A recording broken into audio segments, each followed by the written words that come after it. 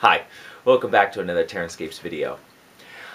This video is discussing a future new release. It's in works right now, and it concerns making modular roads.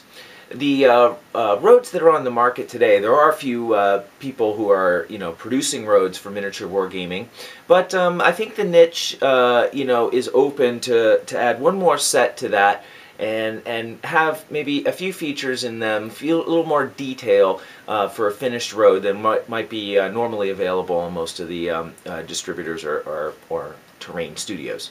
So what I've done today is rather than go and just produce the roads, I've been getting a little bit of feedback from the customers who are interested in it, and what I've done is I've made a mock-up of a single piece to give a sense of how I'd like to see the finished road come out.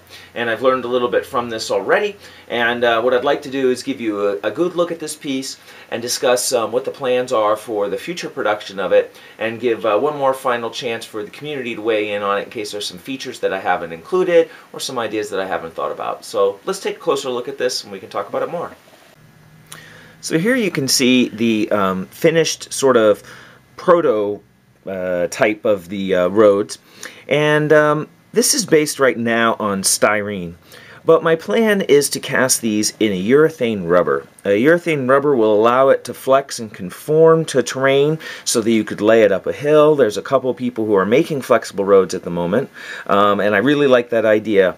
I've decided to go with urethane rubber rather than latex, as some people have latex allergies, and quite frankly I don't like working with latex. I don't like the way it dries, the cure time. It's kind of finicky material, so I'm going to go with a urethane rubber. In producing these, I wanted to create a few features that seem to be lacking on a couple of the roads that I've seen on the market already. One is, one of the obvious features is to add some stones to them.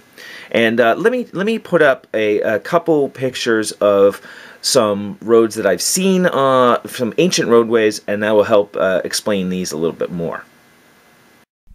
So here we have a picture of a Roman road. This one, what I want to point out here is the edges of the road. You can see that the road is really worn down below the grade, and that there's a little lip that abuts the edge of the road most of the way, and that's something I'd like to replicate. And in this road, this is another Roman road. This used to be cobblestone, and it's been worn down and broken up over the years. But more importantly, you can see that center ridge line that really appears in a lot of ancient roads due to heavy wear traffic along, either side of it from either cartwheels or foot traffic, and a center ridge remains.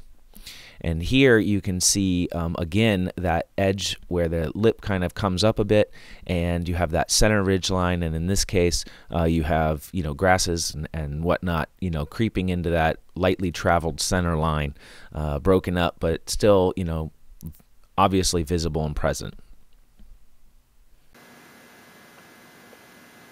So you could see from those pictures, that the roads tend to be worn quite heavily in the middle.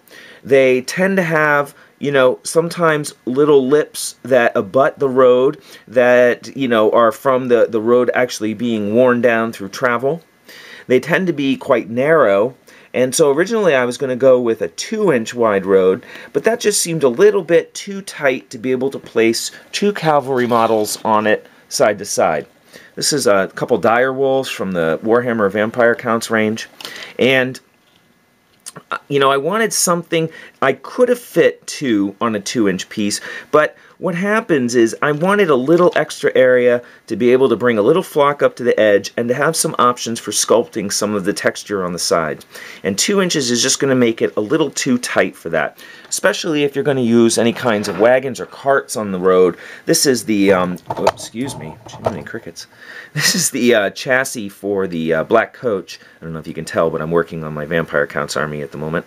But the Vampire Counts coach, black coach, seemed like a fitting model to see, if it was going to be something that could travel down the road and fit it comfortably. And with the 2 inches, I was really, really tight trying to get it on the road. So after some discussion, opted to go with a 3-inch wide piece. The other thing that I wanted to include, and I went a little too subtle on this piece, I'd like to accentuate a little bit more, is to have a little raise in the middle. Where the tracks, where people walk, tends to wear it down, and sometimes you'll get that little raised in the middle, and that gives me a chance to run a little vegetation down it, kind of give it the look like other areas have been really worn hardpan and don't really grow anything, but along the middle a few things eke out a little bit of survival. Obviously, I wanted to place some stones in the road, but I didn't want to place too many, not only because it just makes the surface more uneven, but it's more to paint. I wanted to capture, with a few details, the essence of stones in the road, stony road, without actually having to go in and hand paint, a couple hundred stones all throughout it. And I didn't want to go all stone as well, like a cobblestone or a Roman road, as that's just not really very common. And that's, I wanted to pick something that's going to fit in a variety of genres, a variety of historical time periods.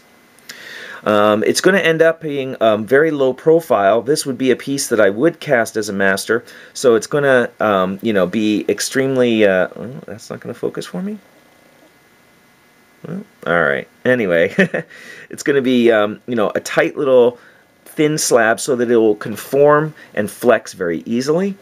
And then, again, just dressing it with a sparse amount of vegetation and grasses to just bring it to life without adding too much work. I'd like to try to keep the set of the roads to, as low a cost as possible so that it's something that, many people can purchase rather than a high-end item that only a few collectors can get in their hands.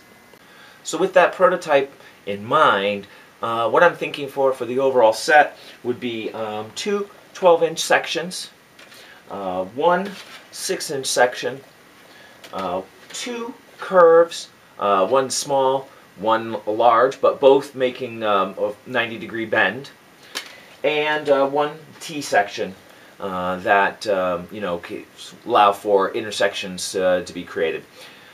This is the plan that I have at the moment.